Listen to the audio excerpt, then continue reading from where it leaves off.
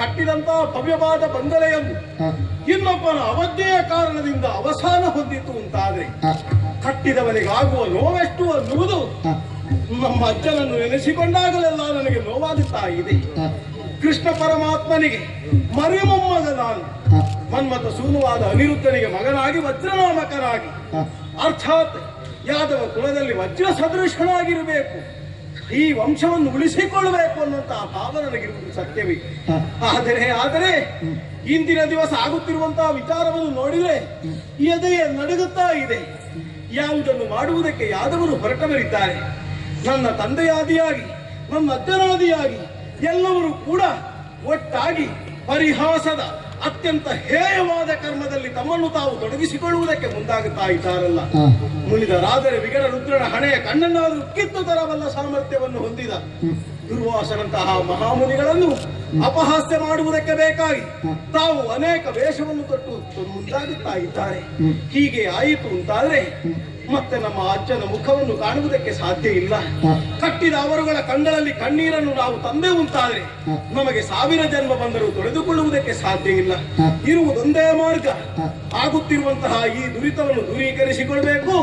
ಕಾಣುವಂತಹ ನನ್ನ ಅಪ್ಪನೇ ಮನ್ಮಥನೇ ಮುಖ್ಯರಿರುವಂತಹ ಯಾದವರ ಕೂಟಕ್ಕೆ ಸಾಗಿದ್ದೇನೆ.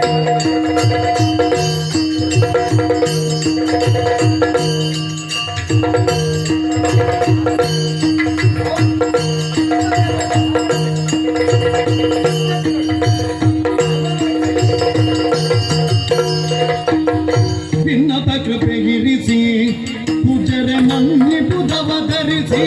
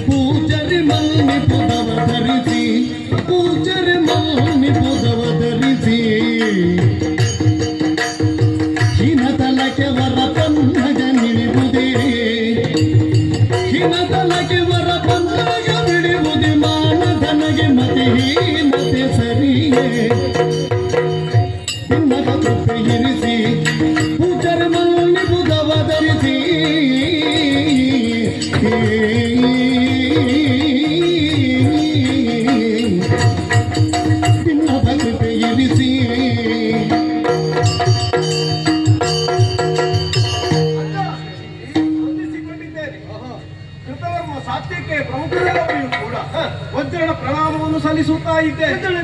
ಯಾದವರುಗಳು ಮೋದದಿಂದ ವ್ಯವಹಾರ ಮಾಡುವವರು. ನಮ್ಮ ವ್ಯವಹಾರವೇ ಹಾಗಲ್ವೇನು? ಮೊದಲಿನ ಪ್ರಕರಣವಾದರೆ ಹೀಗಿರಲಿಲ್ಲ. ಕುಡಿತ, ಹ. ಹಾಳು ಹರಟೆ, ಹೌದೌದು. ಊರು ಸುತ್ತುವುದು ಹ. ಇತ್ಯಾದಿಗಳನ್ನೇ ತೊಡಗಿಸಿಕೊಂಡವರಿಗೆ ಮತ್ತೆ ಒಂದು ಮಾನಧನಕ ವ್ಯವಸ್ಥೆಯನ್ನು ಈ ಕಾಲಕ್ಕೆ ಒದಗಿ ಬಂದಿದೆ. ಮತ್ತೆ ಉಳಿದವರ ಹಾಗೆ ಬದುಕಲ್ಲ. ಆಹಾ. 4 ಮಂದಿ ನಮ್ಮನ್ನು ನೋಡಿದ್ರೆ ಕಲಿತು ಬದುಕುವ ಹಾಗಿರುವ ಬದುಕು ಹಾಗೆ ಬೇಕು ಜೀವನ ಅಂತ. ಬೇಕು. ಹೌದು, ಮತ್ತೆ ಬೇಕು ಅನ್ನುವುದು ವಚನದಲ್ಲಿದ್ದರೆ ಸಾಕೆ, ಆಹಾ. ಕರ್ಮದಲ್ಲಿಯೂ ಬೇಕು ತಾನೆ. ಬೇಕು ಮತ್ತೆ ಅಲ್ಲ, ಬೇಕು ಮತ್ತೆ ಅಂತ ಹೇಳುವಾಗ ಈಗೇನು ಮಾಡ್ತಾ ಇದ್ದೀರಿ ಎನ್ನುವುದು ನಿಮಗೆ ಅರಿವುಂಟಾ ಇದ್ದು? ಯಾರ ವಿಷಯ? ನೀವು ಕನಸಿನಲ್ಲಿದ್ದೀರಾ, ಎಚ್ಚರದಲ್ಲಿದ್ದೀರಾ? ನಾವು ಎಚ್ಚರದಲ್ಲಿದ್ದೇವೆ, ನಾವು ಎಚ್ಚರದಲ್ಲಿದ್ದೇವೆ. ಇನ್ನೊಬ್ಬರ ವಿಷಯವನ್ನು ನಾನು ನಿಮ್ಮಲ್ಲಿ ಹೇಳಬೇಕಾ? ನಿಮ್ಮ ಸಂಗತಿಯನ್ನೇ ನಾನು ಹೇಳಬೇಕಾದದ್ದು ತಾನೆ. ನಮ್ಮ ವಿಷಯ ನಿಮ್ಮ ಕುರಿತಾಗಿ ನಾನು ಹೇಳುವುದು. ಯೋಚನೆ ಮಾಡಿ. ಏನು? ಪನ್ನಗ ಒಂದು, ಅದರಲ್ಲಿಯೂ ಅತ್ಯಂತ ಪರಿಶುದ್ಧವಾದ ಹಾವೊಂದು. ಹ. ನಾಗರ ಹಾವಿಗೆ ಹ. ಎಂತವರಾದರೂ ಹಾದೆರೆದು ಅದನ್ನು ಅರ್ಚಿಸ್ತಾರೆ, ಪೂಜಿಸ್ತಾರೆ. ಹೌದೌದು. ಪ್ರಕೃತಿ ಆರಾಧಕರು ನಾವು. ಅದೇ ಹೆಚ್ಚು ಹೇಳಬೇಕು ಅಂತ ಇಲ್ಲ. ಆಹಾ. ಗೋವರ್ಧನೋದ್ಧರಣದ ಕಥೆ ಹ. ನಾ ಕಾಣದೇ ಇದ್ದರು ಹ. ಕೇಳಿ ಬಂದೆ. ಮತ್ತೆ ಪ್ರಕೃತಿಯನ್ನು ಆರಾಧಿಸಬೇಕು. ಹ. ದೇವೇಂದ್ರನೇ ವಿರೋಧಿಸಿದ್ರು ಪ್ರಕೃತಿಯಲ್ಲಿ ಮಹತ್ತಿಗೆ ಉಂಟು ಅಂತ ತೋರಿಕೊಟ್ಟವರು. ಹೌದು. ಗೋವಿಂದರಾಯ ಪಟ್ಟವನ್ನು ತನ್ನದಾಗಿಸಿಕೊಂಡಂತಹ ಕೃಷ್ಣ ಪರಮಾತ್ಮ. ಹ. ಅಂತವರ ವಂಶಾವಳಿಯಲ್ಲಿ ಹುಟ್ಟಿದಂತಹ ನಾವುಗಳು ಹ. ಆ ಹಾವಿನ ತೆರೆದಂತಹ ಪರಿಶುದ್ಧತೆಯನ್ನೇ ಹೊಂದಬೇಕೇ ಹೊರತು ಹ. ಒಳ್ಳೆಯ ಹಾವು ಹ. ಕೆಟ್ಟದಾದ ಮಡುವಿನಲ್ಲಿ ಬಿಟ್ಟು ಅಂತಾದ್ರೆ ಹ. ಹಾವಿನ ಮರ್ಯಾದೆಯೇ ಹೋಗುವುದು ತಾನೆ. ಅದು ಒಂದು ಹ. ಹಾವಿಗೂ ವಿಷವಿರ್ತದೆ. ವಿಷ ಇರ್ತದೆ. ಹೌದು, ಹ. ವಿಷದ ಹಾವನ್ನೇ ಅಲ್ವಾ ಪೂಜಿಸುವುದು. ಹೌದು. ಈಗ ಹಾವಾದ್ರೂ ಕುಟುಕುವುದು ಯಾಕಾಗಿ? ಯಾಕಾಗಿ? ನಾವು ಅದಕ್ಕೆ ತೊಂದರೆಯನ್ನು ಕೊಟ್ಟಾವಾಗ. ಅಪಾಯ ಬಂದಾಗ. ಹೌದಾ? ಹ. ಅಂತಲ್ಲಿ ಅಪಾಯವನ್ನು ತಮ್ಮ ಮೇಲೆ ತಾವೇ ಎಳೆದುಕೊಳ್ಳುವುದಾದ್ರೆ ಹ. ದಾರಿಯಲ್ಲಿ ಹೋಗುವ ಮಾರಿಯನ್ನು ಮನೆಯಲ್ಲಿ ಹ. ತಂದು ಕೂತುಕೊಳ್ಳಿಸಿದಂತಹ ವ್ಯವಸ್ಥೆಯನ್ನು ಮಾಡಿದ ಹಾಗೆ. ಹೌದಾ? ನೀವು ಮಾಡ್ತಾ ಇರುವುದು ಸರಿ ಅಂತ ಅನ್ನಿಸ್ತದ? ಯಾವುದೀಗ ಸರಿ? ನೀವು ಮಾಡಿದ್ದು ಯಾವುದು ಗೊತ್ತಾ? ಯಾವುದು? ಅಪಹಾಸ ಮಾಡಿದ ನಮ್ಮ ರಹಸ್ಯವದು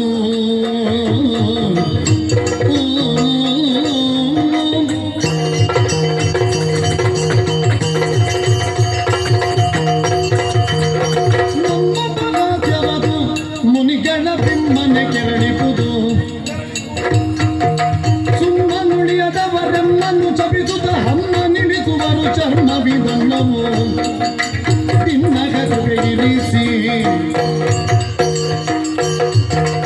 ಮನುಷ್ಯ ಯಾವಾಗಲೂ ಸಂತೋಷದಲ್ಲಿ ಇರಬೇಕು. ಹೌದು, ನಮಗೆ ಸಂತೋಷ ಬೇಕು ಅನ್ನುವ ಕಾರಣದಿಂದ ಇನ್ನೊಬ್ಬನಿಗೆ ಕೀಟಲೆ ಮಾಡುವುದಲ್ಲ, ಇನ್ನೊಬ್ಬನ ಶಾಂತಿ ಭಂಗ ಮಾಡುವುದಲ್ಲ, ಇನ್ನೊಬ್ಬನ ಮನೆಗೆ ಕಲ್ಲು ಹೊಡೆಯುವುದಲ್ಲ. ಹೌದಾ? ಇನ್ನೊಬ್ಬನ ಸಂತೋಷವೇ ನಮ್ಮ ಸಂತೋಷ ಅಂತ ಭಾವಿಸಬೇಕು. ಸಂತೋಷ ನಮ್ಮ ಸಂತವೇಶ ಅಂತ ಆಗಬಾರ್ದು. ಅದೇ ನೀವು ಮಾಡ್ತಾ ಇದ್ದೀರಿ. ನನಗೆ ನಿಮಗೆ ಅರ್ಥ ಆಗುವುದಿಲ್ವ?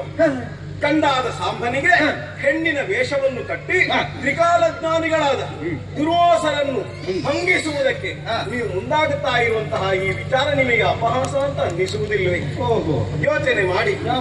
ಒಂದು ಹೊತ್ತಿನಲ್ಲಿ ದುರ್ವಾಸರೆ ನಮ್ಮ ಮನೆಗೆ ಬಂದಾವಾಗ ನಮ್ಮ ಮುದ್ದದ್ದೆಯಾದ ಕೃಷ್ಣ ಪರಮಾತ್ಮ ಅವರು ಉಂಡುಟ್ಟ ಎಲೆಯಲ್ಲಿ ತಾವು ಹೊರಳಾಡಿದರು. ಯಾಕೆ? ಕಾಮನತ್ವಕ್ಕೆ ಲೋಕದಲ್ಲಿ ಅಷ್ಟೊಂದು ಮರ್ಯಾದೆ ಉಂಟು ಅನ್ನುವುದನ್ನು ತೋರಿಕೊಟ್ಟರು. ಅಂತಹ ದ್ವಾರಾವತಿಯಲ್ಲಿ ಬಂದಂತಹ ಬ್ರಾಹ್ಮಣರನ್ನು ಮಮ ದೇವತಾ ಅನ್ನುವ ಹಾಗೆ ಅರ್ಚಿಸಿ ಆರಾಧಿಸಬೇಕಾದ ತಾವುಗಳೇ ಅವರ ಜ್ಞಾನ ಪರೀಕ್ಷೆಗೆ ಹೊರಟಿರಿ. ನೀವೇನು ನಿಮ್ಮ ಹಿಂದನ ಜನ್ಮವನ್ನು ಹೇಳುವ ಸಾಮರ್ಥ್ಯವನ್ನು ಹೊಂದಿದವರವರು ಮುನಿದರಾದರೆ ವಂಶ ಕ್ಷಯಕ್ಕೆ ಕಾರಣವಾಗಬಹುದಾದ ವಿಚಾರವನ್ನು ಮಾಡಿಬಿಟ್ಟಾರೆ. ಪ್ರತಿ ರುದ್ರನ ಹಾಗೆ ಇರುವ ತೂರ್ವೆಯ ಆಸವನ್ನೇ ಕುಡಿದು ಬದುಕುವ ದುರ್ವಾಸರನ್ನು ಈ ರೀತಿಯಾಗಿ ಅಪಹಾಸ ಮಾಡುವುದು ಒಳ್ಳಿತಲ್ಲ. ನಾನು ನಿಮ್ಮಲ್ಲಿ ಕೈ ಮುಗಿದು ಕೇಳುವುದು, ಏನು ಮಾಡಬೇಡಿ, ಹೀಗೆ ಮಾಡಿ.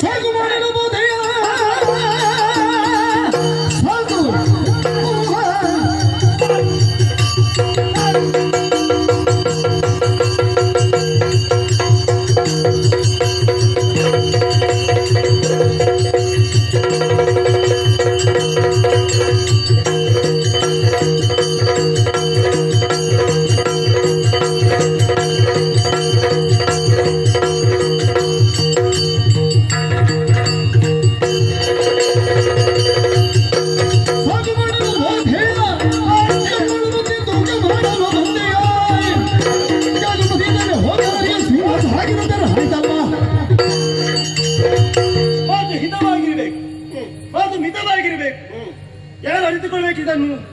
ನೀನು ಅರಿತುಕೊಳ್ಬೇಕಾಗಿತ್ತು. ಸ್ಮಿತವಿರಲಿ ವಚನದಲ್ಲಿ, ಸ್ಮಿತವಿರಲಿ ಯಾವುದ್ರಲ್ಲಿ? ನಿಮ್ಮಲ್ಲಿ ಯಾವುದು ಕಾಣುವುದಿಲ್ಲ ನನಗೆ. ಅದು ನೀನು ಹೇಳ್ಬೇಡ. ನಾವು ಏನು, ನಾವು ಎಷ್ಟು ಎನ್ನುವ ಹಾಗೆ ನಮಗೆ ಅರಿವಿಗೆ ಉಂಟು. ನೀವು ಇಷ್ಟು ಅಂತ ಮಾಡ್ತಾ ಇದ್ದೀರಿ. ಇಷ್ಟು ಅಲ್ಲ, ಇನ್ನಷ್ಟು ಉಂಟು. ನಮ್ಮ ಬಳಿಗೆ ಬರುವಂತಹ ಸಂದರ್ಭ ಯೋಚನೆ ಮಾಡ್ಬೇಕಿತ್ತು ನೀವು. ಏನು? ನಾನು ಯಾರ ಬಳಿಗೆ ಹೋಗುದು, ಯಾರಲ್ಲಿ ಮಾತಾಡುದು, ಯಾವ ವಿಚಾರವಾಗಿ ಮಾತಾಡ್ತೀನಿ ಎನ್ನುವ ಹಾಗೆ ಸ್ವಲ್ಪ ಪ್ರಜ್ಞೆ ಅನ್ನೋದು ನಿನಗೆ ಬೇಕಾಗಿತ್ತು. ವಯಸ್ಸಿನಲ್ಲಿ ನೋಡಿದ್ರೆ ನಮಗಿಂತಲೂ ಕಿರಿಯವ ನೀನು. ನಾನು ಮೊನ್ನೆ ಹುಟ್ಟಿಕೊಂಡವನು. ಹೌದಪ್ಪ. ನಿಮ್ಮ ವಯಸ್ಸೆಷ್ಟು? ಮತ್ತೆ ನಾವು ನೀರು ಕುಡಿದ ನೀನು ನೋಡಿದ್ದೇನೆ. ಇಲ್ಲಪ್ಪ. ಮತ್ತೆ ಅದಕ್ಕೆ ಹೇಳುವುದು. ಆದ್ರೆ ನೀವು ನೀರು ಕುಡಿದಿದ್ದೀರಿ ಅಂತ ಇನ್ನೊಬ್ಬರನ್ನು ನೀರಿನಲ್ಲಿ ಮುಳುಗಿಸುವಾರ್ದಲ್ಲ. ಮುಳುಗಿಸುವಲ್ಲ ಪ್ರಶ್ನೆ ಅಲ್ಲ. ಮನಸ್ಸಿಗೆ ಜಿಜ್ಞಾಸೆ ಬಂದಾಗ ಅದನ್ನು ಪರಿಹಾರ ಮಾಡಬೇಕಾಗಿರುವುದು ಜ್ಞಾನದ ಲಕ್ಷಣ. ಜಿಜ್ಞಾಸೆ ಅಜ್ಞಾನದ ಲಕ್ಷಣ ಅಲ್ಲ. ಹೌದಾ? ತಿಳಿದುಕೊಳ್ಳುವುದಕ್ಕೆ ಮಾರ್ಗೋಪಾಯ. ಹಾಗೆಂದು ತಿಳಿದುಕೊಳ್ಳುವುದು ಹೇಗೆ?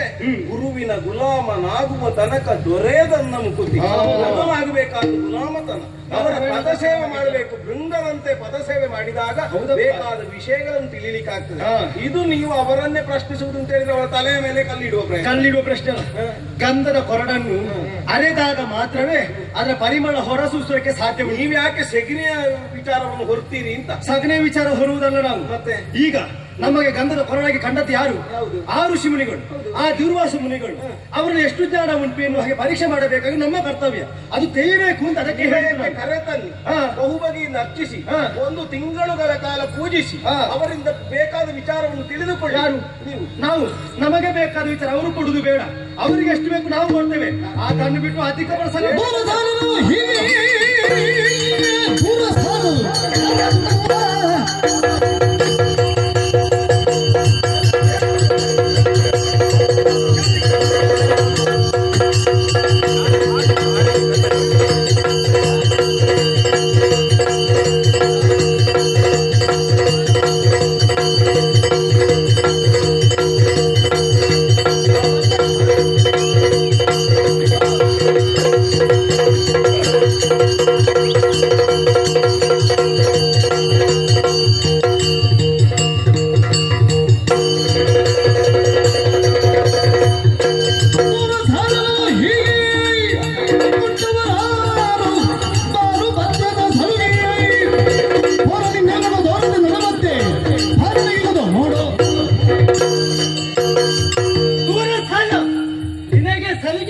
ಹೆಚ್ಚಾಯ್ತು.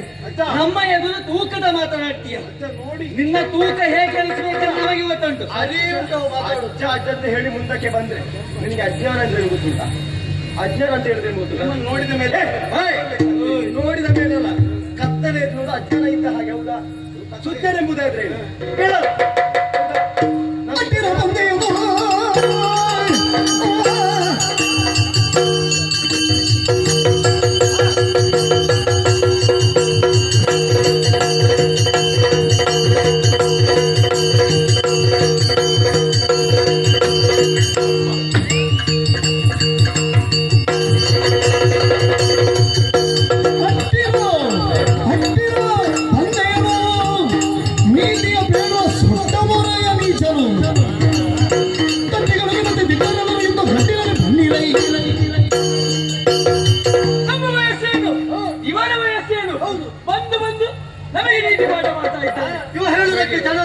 ನಿಜವಾಗಿ ನೋಡ್ಲಿಕ್ಕೆ ಹೋದ್ರೆ ಹೇಳಿಕೊಡುವವರೇ ಹೆಚ್ಚಾಗಿ ಹೋದ್ರು.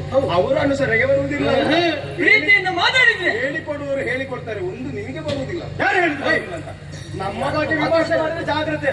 ಸುಟ್ಟ ಮುಖದವನೇ ಇಲ್ಲಿ ಬಂದು ನಮಗೆ ವದನ ಮಾಡ್ತೀರ. ಇಷ್ಟೆಲ್ಲ ಮಾಡಬೇಡಿ. ಇಷ್ಟೆಲ್ಲ ಮಾಡಿ ಕೆಣಕ